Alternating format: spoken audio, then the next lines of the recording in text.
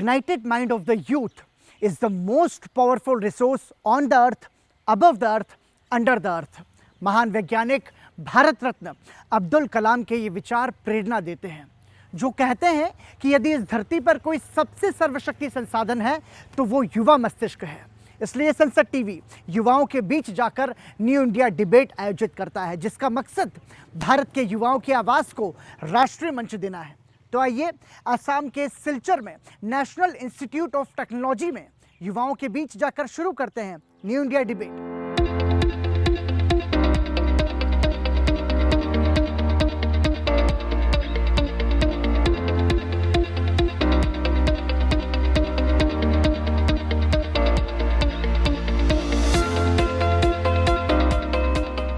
नमस्कार, आप देख रहे हैं संसद टीवी। आपके साथ मैं हूं पराक्रम सिंह शेखावत। एक समय था जब आसाम को चाय यानी कि टी के लिए जाना जाता था, लेकिन अब आसाम को आईटी यानी कि इंफॉर्मेशन टेक्नोलॉजी के लिए भी जाने लगा है। टी से आईटी तक के सफ़र में आसाम में बहुत कुछ बदला है और बदलते समय के साथ एक्ट ईस्ट नीति के जरिए आसाम सहित पूर्वोत्तर के राज्यों में सरकार सड़क, बिजली और रेलवे कनेक्टिविटी, एयर कनेक्टिविटी जैसी, शिक्षा, स्वास्थ्य जैसी मूलभूत सुविधाओं को जुटाने के लिए तेज़ी से काम कर रही है। लेकिन इन तमाम सारी सुविधाओं को धरातल पर मुहैया कराने में तकनीक की भूमिका महत्वपूर्ण होगी। आसाम और उत्तर पूर्व के राज्यों को तकनीकी तौर पर आगे बढ़ाने में आसाम के युवा क्या कुछ सोचते हैं, आर्थिक रूप से आसाम को आगे बढ़ाने में यहाँ के युवाओं की सोच क्या है, इस विषय पर आज न्यू इंडिया डिबेट हम करेंगे। और न्यू इंडिया डिबेट के लिए इस वक्त हम मौजूद हैं आसाम के सिलचर में नेशनल इंस्टीट्यूट ऑफ टेक्नोलॉजी में। तो आइए इन युवाओं के साथ शुरुआत करते हैं न्यू इंडिया डिबेट। आप सभी का बहुत बहुत स्वागत। और यदि हम बात करें आसाम के विकास की, तो सीधा सा सवाल मेरा कि तकनीकी तौर पर आसाम को आगे बढ़ाने में, सुविधाएं जुटाने में कितना कुछ काम अब तक हुआ है और कितना कुछ काम आगे आप लोग सोचते हैं? हम लोग का जो सबसे बड़ा एसेट है वो है ब्रह्मपुत्र नदी। तो वही हम लोग के दोनों पारों को जोड़ने में ऑब्स्टिकल था। तो वहाँ पे अभी जैसे नए नए ब्रिजेस बन रहे हैं, उस पर और भी नए हम लोग बना रहे हैं यहाँ पे, तो उससे कनेक्टिविटी बेहतर हो रहा है। एयरपोर्ट्स भी नॉर्थ ईस्ट में, अभी बाकी जो हिल स्टेट्स थे, अरुणाचल हो गए, सिक्किम हो, यहाँ पे एयरपोर्ट्स की कमी थी, तो अभी एयर कनेक्टिविटी भी बढ़ा है। सरकार का जो नया उड़ान स्कीम है उसके तहत कनेक्टिविटी तो बढ़ा है, लेकिन जो IT सेक्टर है उसके विकास के लिए अभी जैसे नेटवर्क कनेक्टिविटी कुछ रिमोट एरियाज़ में अभी भी वो कम है। लेकिन उसको थोड़ा हम लोग को एफर्ट देना चाहिए गवर्नमेंट्स को कि उस पर थोड़ा फोकस करें, ताकि वो connectivity like internet and all में थोड़ा आगे बढ़ सके, ताकि स्किल लेबर्स भी यहाँ पे पैदा हो सके। ठीक है, मतलब रिमोट एरियाज़ में नेटवर्क कनेक्टिविटी की का रोल बहुत इंपॉर्टेंट है। इसके साथ साथ इंफॉर्मेशन टेक्नोलॉजी कैसे नॉर्थ ईस्ट के विकास को मजबूती दे सकती है, इस पर क्या कहेंगे? हम लोग इस IT सेक्टर के ज़रिए से हम लोग प्रमोशन कर सकते हैं अदर पार्ट ऑफ कंट्रीज़ को कि आप आइए हमारे आसाम में विकास मतलब टूरिज़्म सेक्टर को देखने के लिए, और जिसके ज़रिए से एक अच्छा रेवेन्यू जनरेट, और हम लोग कल्चर एक्सचेंज, और हम लोग अपना हैंडलूम इंडस्ट्री जो हम लोगों का कल्चर है, ट्रेडिशन है, उसको भी हम लोग विकास की ओर पे ले जा सकते हैं। और रहा बात शिक्षा और empowerment of man and women and skills, ये सब भी काफ़ी इम्प्रूवमेंट हुआ है IT सेक्टर के ज़रिए से, जिसके बदौलत आज कोविड सिनेरियो, अगर हम लोग देखे जाए, कोविड सिनेरियो में भी काफ़ी दिक्कतें आई थी पूरे भारत में और पूरे वर्ल्ड में भी जी। तो लेकिन ये इंफॉर्मेशन टेक्नोलॉजी के ज़रिए से हम लोगों ने काफ़ी रिसर्च, हमें काफ़ी न्यूज़ प्राप्त हुआ कि कैसे हम लोगों ने अवेयर रहना है, क्या क्या का हम लोगों को प्रिकॉशन लेना है, और कब हमें वैक्सीनेशन लेना है, और बीमारी में कितने सारे हो रहे हैं। रिसेंटली गवर्नमेंट ऑफ इंडिया ने भी बोला था कि ये आपका कोविन.in का वो वेबसाइट भी उन्होंने लॉन्च किया था। मतलब नेटवर्किंग को बढ़ाना चाहिए। नेटवर्किंग के बाद में जो दूसरा सजेशन हमारे सामने आया वो ये कि कैसे टूरिज्म को बढ़ावा दे सके। टी से जो IT तक का सफ़र है वो किस तरीके से बदला है? बीइंग IT स्टूडेंट क्या सोचते हैं आप? The basic problem that I found here upon coming to the Assam, or whether it is in NIT Silchar, is it is the internet connectivity. the internet connectivity is not that good. The data rates are not that good. Okay. Even if you go to the hostels, even if we are in our hostels, some of our rooms are like complete blackout regions. We don't get the internet connectivity to that extent. So one way to improve is the information transfer has to be improved in Assam, because there are many areas in Assam that lack the internet connectivity. Okay. And this internet connectivity has to be in future like a fundamental right. That is through which, as like Abdul Kalam said, bandwidth is the greatest leveler of society, and you can get the level of in the society through the internet. So there are a lot of ways to improve that, and the 5G in India is in its nascent stage. One thing that Assam can take over is the initial deployment of 5G in a rapid pace. So if at all we can increase the communication, ठीक है, then we can make our state better. बिल्कुल ठीक है। आज के समय में internet connectivity का स्ट्रॉन्ग होना टेक्निकली भी बहुत इंपॉर्टेंट है और उससे बहुत सारे काम आप कर सकते हैं। Like ease of doing business की बात करें, ईज़ ऑफ लिविंग की बात करें, तो इसमें आज इंटरनेट का रोल बहुत इंपॉर्टेंट है। इसके साथ साथ रोड्स और जो रेल कनेक्टिविटी है, एयर कनेक्टिविटी है, इसको मजबूत करने में टेक्निकल पॉइंट ऑफ व्यू कैसे सपोर्ट कर सकता है? कोई विज़न, कोई सोच, कोई सजेशन आपके हों तो उसको। मेरे हिसाब से अभी तक जो गवर्नमेंट ने काम किया है नॉर्थ ईस्ट के ऊपर, अभी तक तो बहुत अच्छा रहा है। रिसेंटली बहुत काम किया है रोड्स के कनेक्टिविटी के लिए, ब्रिजेस बना दिया है। और आपने जैसे बोला कि टेक्निक का महत्व क्या है, तो उसमें बहुत बड़ा महत्व है, क्योंकि advancement of technology, advancement of pace जो बढ़ गया है मतलब काम का। जैसे आप देख सकते हैं कि हमारा असम में ही बोगीबिल ब्रिज है, ढोला होडिया ब्रिज है, ये सब इतना तेज रैपिडली नहीं बन पा रहा था, लेकिन विद एडवेंट ऑफ टेक्नोलॉजी ये बहुत जल्दी बन गया है। फिर आप देख सकते हैं कि इलेक्ट्रिकल लाइंस नहीं थे ट्रेन के, तो अभी गुवाहाटी तक रिसेंटली इलेक्ट्रिकल लाइंस बन गए हैं। और अभी रेलवे लाइंस भी नॉर्थ ईस्टर्न स्टेट्स जो ब्रॉड गेज है वो बन रहे हैं। 2023 तक बहुत सारे नॉर्थ ईस्टर्न स्टेट्स तक रेल्स पहुंच जाएंगे। फिर आपका हो गया एयरपोर्ट, एयर कनेक्टिविटी, उसमें हो गया आपका इंटरनेशनल कनेक्टिविटी नहीं था बहुत सारे जगहों में। तो अभी विद एडवांसमेंट ऑफ टेक्नोलॉजी अभी आपका इंटरनेशनल मतलब बहुत सारे इंटरनेशनल एयरपोर्ट्स के साथ हमारा नॉर्थ ईस्ट का कनेक्शन हो गया। तो टेक्नोलॉजी का बहुत बड़ा महत्व है और बहुत बड़ा होगा, और गवर्नमेंट इसमें काम कर रहे हैं और आगे भी करते रहेंगे मेरे हिसाब से। तो हमारे रेस्पेक्टेड पीएम मोदी सर तो बहुत ऐसे स्कीम्स ला रहे हैं जिससे और रैपिडली टेक्नोलॉजी वो रेलवे और रेलवे रोड्स और एयर कनेक्टिविटी को बहुत जल्दी बहुत आगे ले जाएगा नॉर्थ ईस्ट में। आईटी एक ऐसा सेक्टर है जिसमें रिसर्च और इनोवेशन का रोल भी बहुत इंपॉर्टेंट है, और हम वर्ल्ड लेवल की बात करें तो हर रोज़ नए एक्सपेरिमेंट्स होते हैं, नई रिसर्च होती है, नए इनोवेशंस होते हैं। तो इट्स अ कंटिन्यूस प्रोसेस। तो आपको लगता है कि इस सेक्टर में इंडिया में रहकर जितना हम इनोवेशन और रिसर्च पर, खासतौर से आईटी के लिए जितना ध्यान देंगे, उतना ज़्यादा बेहतर हम कर पाएंगे, ऐसा सोचते हैं क्या आप?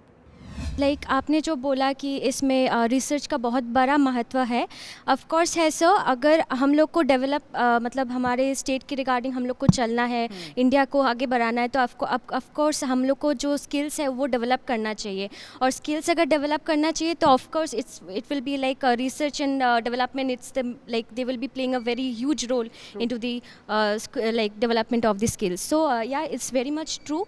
तो यही मेरा मतलब बोलना था कि ये मतलब सही स्टेटमेंट है मेरे हिसाब। देखिए, अभी हम बहुत सारे टेक्नोलॉजी की जब बात कर रहे हैं तो हम लोग डिपेंडेंट भी हैं काफ़ी हद तक बाहर की तकनीक पर। तो हम क्यों ना इंडियन माइंडसेट के साथ में खुद की सोच को इनिशिएट करते हुए ऐसी चीज़ तैयार करें जो पूरी तरीके से स्वदेशी भी हो और उस पर कॉपीराइट भी हमारा हो, ट्रेडमार्क भी हमारा हो।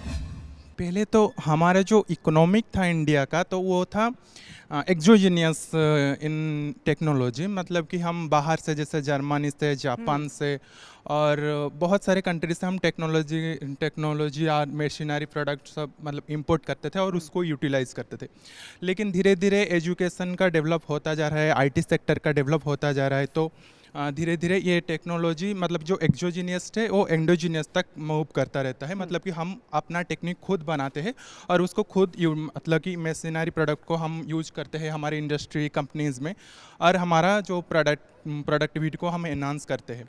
तो ये तो धीरे धीरे मतलब कि जो होता है, ये जो प्रोसेस है बहुत स्लो प्रोसेस से चल रहा है, लेकिन इसका मतलब कि और थोड़ा जो फास्ट रेट से होगा, जैसे कि हम कंपेयर करेंगे तो अदर मतलब कि वर्ल्ड सिनेरियो से, अदर ग्लोबल सिनेरियो से कंपेयर करेंगे तो मतलब दूसरे कंट्री जैसे धीरे धीरे डेवलप करते जा रहे हैं, तो हमारा कंट्री कंपैरेटिवली बहुत कम है मतलब कि उसके डेवलपमेंट में। जैसे कि हमारा ease of doing business, patent का जो रैंकिंग है बहुत डाउन है आज compare to China. It is the nearest country of our country, but our जो मतलब कि हमारा जो ये है कि जो इनोवेशन और डिस्कवरी बहुत मतलब कि जो भी हो रहा है धीरे धीरे तो हो रहा है, लेकिन बहुत कम स्लो रेट से हो रहा बिल्कुल, है। लेकिन इसमें ऐसा नहीं है कि हम कर नहीं सकते, क्योंकि बड़े बड़े कीर्तिमान भारत ने स्थापित किए हैं। इसरो उसका एक सबसे बड़ा उदाहरण है। वर्तमान में आईटी सेक्टर देश की जीडीपी में 5.19% कंट्रीब्यूट करता है।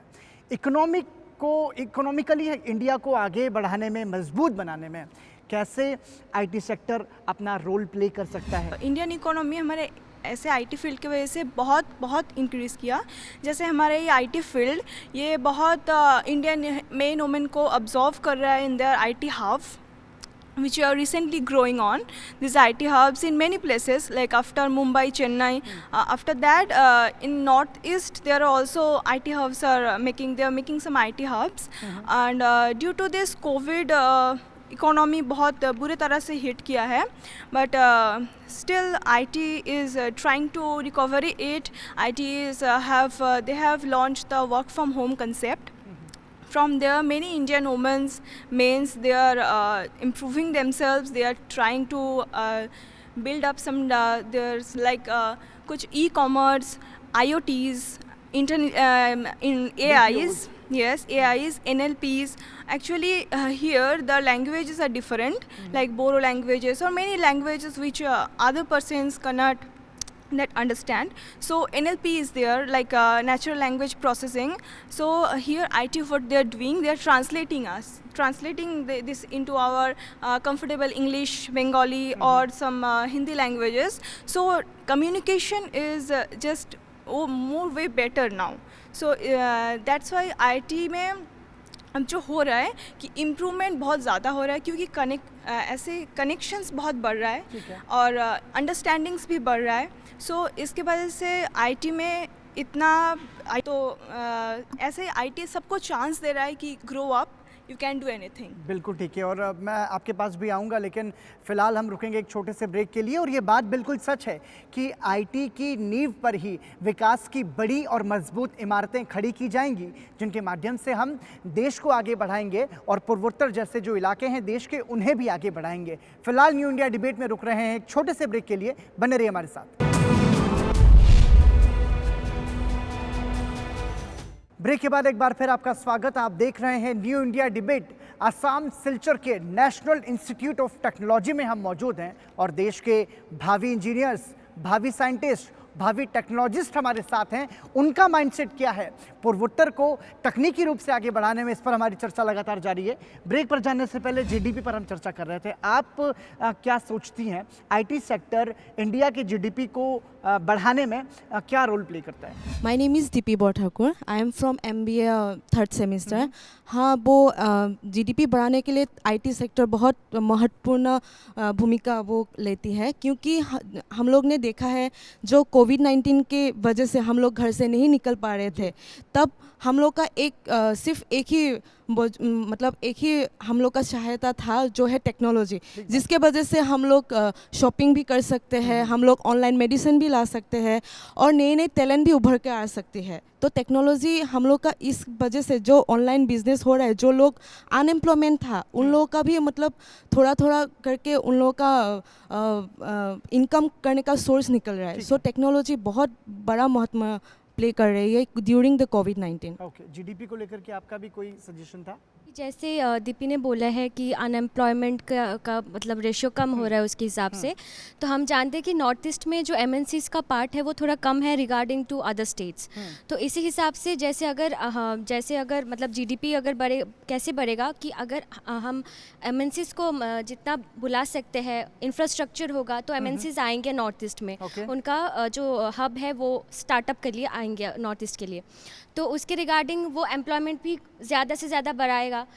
वो चाहेंगे कि स्टूडेंट्स और आए, यंगस्टर्स उनमें उनके कंपनी में काम करे। उसी हिसाब से नॉर्थ ईस्ट का मतलब जो एम्प्लॉयमेंट है उसका रेशियो भी बढ़ेगा, और उसी हिसाब से उसके रिगार्डिंग जो हमारा ओवरऑल जीडीपी है उसके हिसाब से इंक्रीज़ भी हो जाएगा सर। रोजगार के हिसाब से कितनी ज़्यादा उम्मीदें आईटी सेक्टर में, क्या सोचते हैं? मैं सोचती हूँ कि जैसे चिरंतनी ने बोला है एमएनसी का आने का चांसेस नॉर्थ ईस्ट में बहुत ज़्यादा है, तो जब एमएनसीज आएंगे तब फॉरेन इन्वेस्टमेंट भी होगा। सो विद दैट हम लोग का जो स्टार्टअप्स का जो लोग होते हैं कि स्टार्टअप्स करना चाहते हैं उन लोगों के लिए बहुत बड़ा अपॉर्चुनिटी है।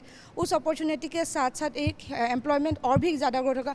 और मुझे लगता है कि हम लोग का जो यूथ है वो स्टार्टअप्स, नए आइडियाज़ को लेकर बहुत इंटरेस्टेड है, तो आई थिंक आईटी उनमें बहुत हेल्प कर रहे हैं, तो मेरे हिसाब से ये लोग कर सकते हैं। और इसके साथ साथ हम बात करें नॉर्थ ईस्ट रीजन की, तो देखिए जोग्राफिकली और डेमोग्राफिकली यहाँ का जो स्ट्रक्चर है, यहाँ की जो सिचुएशन है वो चैलेंजिंग है, राइट? पहाड़ हैं और मिट्टी जो है यहाँ की उसमें नमी थोड़ी ज़्यादा है, फ्लड का एक इशू होता ही है। इन सारी सिचुएशन में तकनीक की जो भूमिका है वो बहुत इंपॉर्टेंट हो जाती है। तो टेक्निकली कैसे आप मजबूत बना सकते हैं इस सिचुएशन को? चाय का जो इंडस्ट्री था, जैसे वहाँ पे पहले वो जो ऑक्शन होता था, जो बाहर हम लोग बेचते थे, वो मतलब फिजिकली होता था।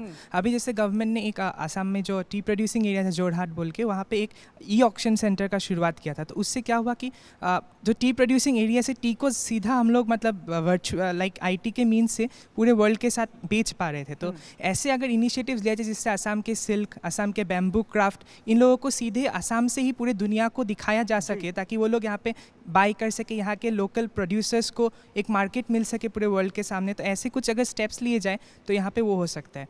दूसरी बात है, यहाँ पे जो हम लोग के यहाँ पे रिसर्च इंस्टीट्यूट्स बहुत कम है बाकी देश की तुलना में। जैसे IIT गुवाहाटी, NIT सिलचर, ऐसे कुछ ही है। तो इन इंस्टीट्यूट्स में भी जो हम लोग के लोकल चीज़ों में मतलब रिसर्च है उसको बढ़ावा देना चाहिए। जैसे कि यहाँ के रास्तों में हम लोग के यहाँ पे बारिश ज़्यादा होता है, मानसून का सीज़न ज़्यादा लंबा होता है, तो इसकी वजह से यहाँ पे होता है कि वो एक मतलब वाटर जब ज़्यादा गिरता है तो उसमें भी एक चैलेंजेस होते हैं। तो उसमें भी रिसर्च की बहुत ज़रूरत है। जो इन इंस्टीट्यूट्स को भी लोकल मतलब इनोवेशंस में थोड़ा ध्यान देना चाहिए, लोकल चीज़ों में थोड़ा रिसर्च करेंगे तो उससे भी बढ़ावा मिल सकता है। बिल्कुल ठीक है। और मैं बात दोबारा से यदि IT सेक्टर में एम्प्लॉयमेंट की करूँ, तो IT सेक्टर और जो BPO सेक्टर है उसमें जॉब्स अपॉर्चुनिटीज़ यूथ के लिए कितनी, और ख़ासतौर से नॉर्थ ईस्ट रीजन में इसको लेकर के कोई अपनी बात रखना चाहिए? नॉर्थ ईस्ट में BPO का संख्या बहुत कम है। वाई? बिकॉज हमारे पास स्किल्ड यूथ्स कम है। नाउ ड्यू टू कोविड-19 हमने ये देखा कि मतलब हमको करना पड़ा, सब कुछ ऑनलाइन हो रहा था। Everything was online and which was not an option for us. हम वो हमारे लिए मतलब it was a challenge for us कि हमको सब कुछ ऑनलाइन करना ही है। तो इससे ये प्रूफ होता है कि ऑनलाइन से अगर हम we can depart skill through online mode. People can be skilled through online mode, and once we have enough number of skilled youths, we can set up our own BPO centers. अभी यहाँ पे कोई startup खुलता है तो they need to go to other places like Bangalore, Hyderabad या दिल्ली, जहाँ पे उनको ज़्यादा skilled youths मिलते हैं। यहाँ पे skilled youths हमारे पास बहुत कम है। तो स्टार्टअप्स की जो इकोसिस्टम है वो नॉर्थ ईस्ट में काफ़ी कम है। So the more we have skilled youths, the better the startup ecosystem will be in North East, and so it will also help in all other ways. Okay, तो startup schemes जो है वो केंद्र सरकार भी अपने स्तर पर चला रही है और राज्य सरकारें भी उसमें एसोसिएट करती हैं, मदद करती है। आपको लगता है कि आप जैसे जो यूथ हैं वो यदि अपना खुद का स्टार्टअप शुरू करना चाहें तो जो स्कीम्स हमारे लिए सरकार के माध्यम से लाई गई हैं उनकी सही जानकारी यदि होगी तो उसका एक बेहतर इस्तेमाल किया जा सकता है? आपको लगता है कि प्रॉपर चैनल एक ऐसा होना चाहिए जिसमें आपको स्पेसिफिक इन्फॉर्मेशन मिल सके कि इसका आप इस तरीके से फ़ायदा उठा सकते हैं, तो वो ज़्यादा मददगार साबित होगा, ऐसा सोचते हैं क्या? मेरा ये मानना है स्टार्टअप को लेके इंडिया में जो GDP सब लोग बोल रहे हैं IT सेक्टर के वजह से आ रहे हैं, तो बेसिकली प्रॉब्लम यह है हमारा जो देखिए जो कंपनीज है हमारे में वो बेसिकली फॉरेन कंपनीज है। इंडिया में कंपनीज बहुत जो इंडिया बेस्ड कंपनी है वो बहुत कम है। तो जो एम्प्लॉयबिलिटी हो रहा है एक्चुअली वो फॉरेन कंपनी को हो रहा है। वो लोगों का अपना ऑफिस है बस इंडिया में, बेंगलोर, हैदराबाद, जहाँ भी जाएंगे वो लोग बस एम्प्लॉयबिलिटी दे रहे हैं, पर जो प्रॉफिट हो रहा है वो बेसिकली फॉरेन कंट्रीज़ को हो रहा है, इंडिया को नहीं हो रहा है। और प्रॉब्लम ये है इंडिया में बहुत ज़्यादा पॉपुलेशन है, तो वो सर्विसेज इंडिया को ही दे के वो लोग बहुत प्रॉफिट ले रहे हैं। तो प्रॉब्लम ये है उनको कंपटीशन बहुत कम है इंडिया में। बहुत सारा कंपनी मतलब इंडिया में अगर स्टार्टअप को हम बढ़ावा देंगे तो उनके लिए कंपटीशन होगा, और जो एम्प्लॉयबिलिटी होगा इंडिया में ही होगा, इंडिया के कंपनी में होगा, तो हमारा जीडीपी बहुत ग्रोथ होगा। आप देखिए आज अगर आप एक कंप्यूटर ओपन करेंगे उसमें आपको कहीं भी इंडियन सॉफ्टवेयर दिखता है, इंडियन ऑपरेटिंग सिस्टम दिखता है? नहीं, all are basically US based और चाइना बेस्ड। चाइना का अपना कंपनी है सब कुछ, सारा कंप्यूटर कंपनी उनका है, हमारा कोई है कंप्यूटर कंपनी, कंप्यूटर सॉफ्टवेयर कुछ नहीं है। तो हम बस एम्प्लॉयबिलिटी के थ्रू और टैक्स के थ्रू जीडीपी में इंक्रीज कर रहे हैं, उससे क्या होगा? उससे क्या मतलब? और हम आगे तक यही करते रहेंगे, आगे तक यही करते रहेंगे, स्टार्टअप को बढ़ावा देना चाहिए। नहीं किया। बहुत अच्छा पॉइंट यहाँ पर इन्होंने उठाया है कि आज मैक्सिमम सॉफ्टवेयर जो हम यूज़ करते हैं वो फॉरेन के बनाए हुए होते हैं। हमारे पास जब टैलेंट की कमी नहीं है तो फिर हम अपना स्टार्टअप या अपनी टेक्निक से अपने सॉफ्टवेयर्स क्यों नहीं तैयार करते? हमारे यहाँ पर प्रतिभा की कोई कमी नहीं है, लेकिन विज़न और माइंडसेट यदि होगा और कोशिश होगी तो हम विपरीत परिस्थितियों में और बहुत कम में भी बहुत अच्छा और बहुत बड़ा कर सकते हैं। It is not that ideas come only from the urban places or tier 1 places or good colleges and universities. It will also come from the villages too. Like there are many people who are having ideas, okay, but they are failing to implement it. The reason is they don't know how to approach it. Okay, if you consider in our state Andhra Pradesh, there is a guy called Mallesham, okay, who worked on the handloom, like who came to know like he need to go through a lot of setbacks in order to establish his own company. Okay, this happens like not just like emphasizing on urban areas or tier 2 cities. It is also important to approach the rural areas because it is maybe they also having a lot of ideas to share. ठीक है, आप कुछ कहना चाह रहे थे? So when it comes to startups, means the emphasis should be given on startup और मतलब वो उस पर देना चाहिए कि मतलब सपोज जस्ट लाइक इसरो, उसमें आपका मतलब गवर्नमेंट का प्रेशर मतलब पूरा बना रहता है। So means there are different systems and different departments. Then the thing comes here that means if we set up a startup concerning certain departments which are more important and more concerning for the development of rockets or the rocket systems, we can start a startup on based on that. So in such a way, the startup culture should be mainly focused on most important points, which are means most quite fruitful in the long run. All right, देखिए cycle और बैलगाड़ी से शुरू होकर के हम अंतरिक्ष की ऊंचाइयों तक पहुंचे हैं, तो वो उसमें इंफॉर्मेशन टेक्नोलॉजी का रोल बहुत इंपॉर्टेंट रहा है। आपको लगता है कि आप लोगों का जो विज़न है, आप लोगों का जो थॉट प्रोसेस है, वो देश के आम नागरिक की ज़िंदगी को आसान बनाएगा? यूपीआई, यूनिफाइड पेमेंट इंटरफेस जो है इंडिया में, वो बहुत रेवोल्यूशनरी स्टेप था। वो आम नागरिकों का जो मेहनत है वो बहुत तक नीचे लेके आया है। देखिए अगर पहले आपका जब यूपीआई नहीं था, प्रॉब्लम ये था आपका अलग अलग ऐप में आप बस अगर आप पेटीएम यूज़ करते हैं तो आप पेटीएम में ही पेमेंट कर सकते हैं, आप जीपे यूज़ करते हैं तो जीपे, तो ये प्रॉब्लम था। यूपीआई होने की वजह से आप हर एक ऐप को लिंक कर दिया है, आपको बैंक की मतलब जाने की ज़रूरत ही नहीं है। अभी जहाँ भी है आप हर दुकान में जाइए यूपीआई से पेमेंट करेंगे। किसी को पेमेंट करना है, देखिए जैसे यूपीआई के आने से पहले जब मैं कॉलेज में था, मैं जब घर से पैसा मांगता था तो क्या करते थे, भैया या पापा जाते थे बैंक में, जाके डिपॉजिट मशीन में पैसा डालते थे, तब अकाउंट में आता था।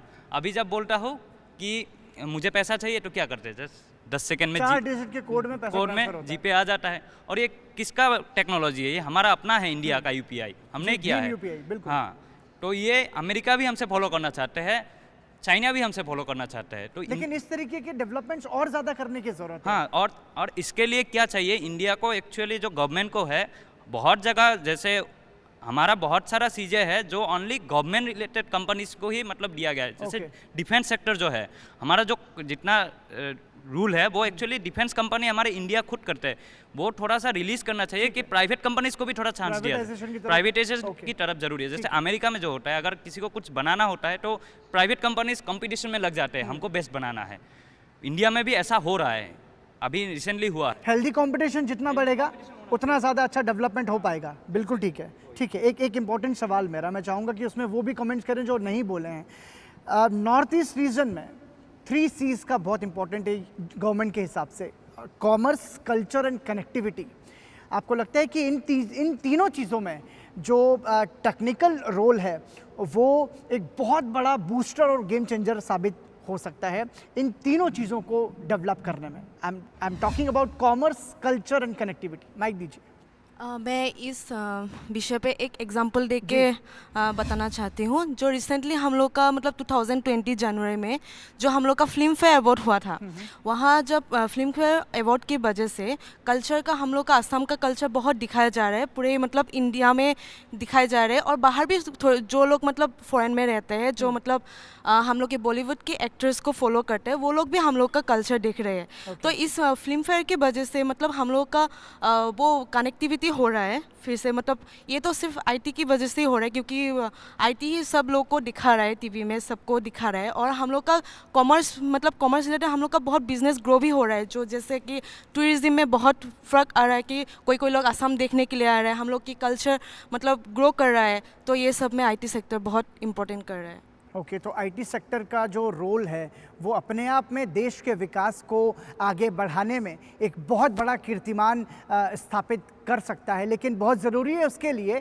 कि जो देश के जो युवा हैं, जो प्रतिभाशाली युवा हैं, उन्हें एक तरीके का फ्री हैंड दिया जाए और उन्हें एक मंच दिया जाए जिसके माध्यम से वो भारत की तकनीक को पूरी दुनिया में आगे बढ़ा सकें। ये जो पॉट आप मेरे सामने देख पा रहे हैं, जो मटके का और जो दिए का बनाया हुआ है, ये यहीं के स्टूडेंट्स ने बनाया हुआ है। और जिस लाइब्रेरी बिल्डिंग में हम NIT सिलचर की खड़े हैं, उसके बाहर अब्दुल कलाम साहब की एक बड़ी सी मूर्ति प्रेरणा दे रही है लगातार इन तमाम सारे युवाओं को कि देश के और भारत के विकास को और मजबूती देने के लिए लगातार तकनीकी तौर पर बेहतर काम करें, क्योंकि आने वाले भारत के ये वैज्ञानिक, आने वाले भारत के ये टेक्नोलॉजिस्ट हैं और आने वाले भारत के ये इंजीनियर्स हैं। हम उम्मीद करते हैं कि इनके कंधों पर देश का विकास मजबूती से आगे बढ़ेगा। इसी के साथ न्यू इंडिया डिबेट की इस चर्चा को यहीं विराम देते हैं। बहुत बहुत धन्यवाद आप सभी का इस चर्चा में हमारे साथ जुड़ने के लिए। आप सभी दर्शकों का भी धन्यवाद न्यू इंडिया डिबेट देखने के लिए। सिलचर आसाम के नेशनल इंस्टीट्यूट ऑफ टेक्नोलॉजी से पराक्रम सिंह शेखावत और संसद टीवी की पूरी टीम को इजाज़त दीजिए। नमस्कार।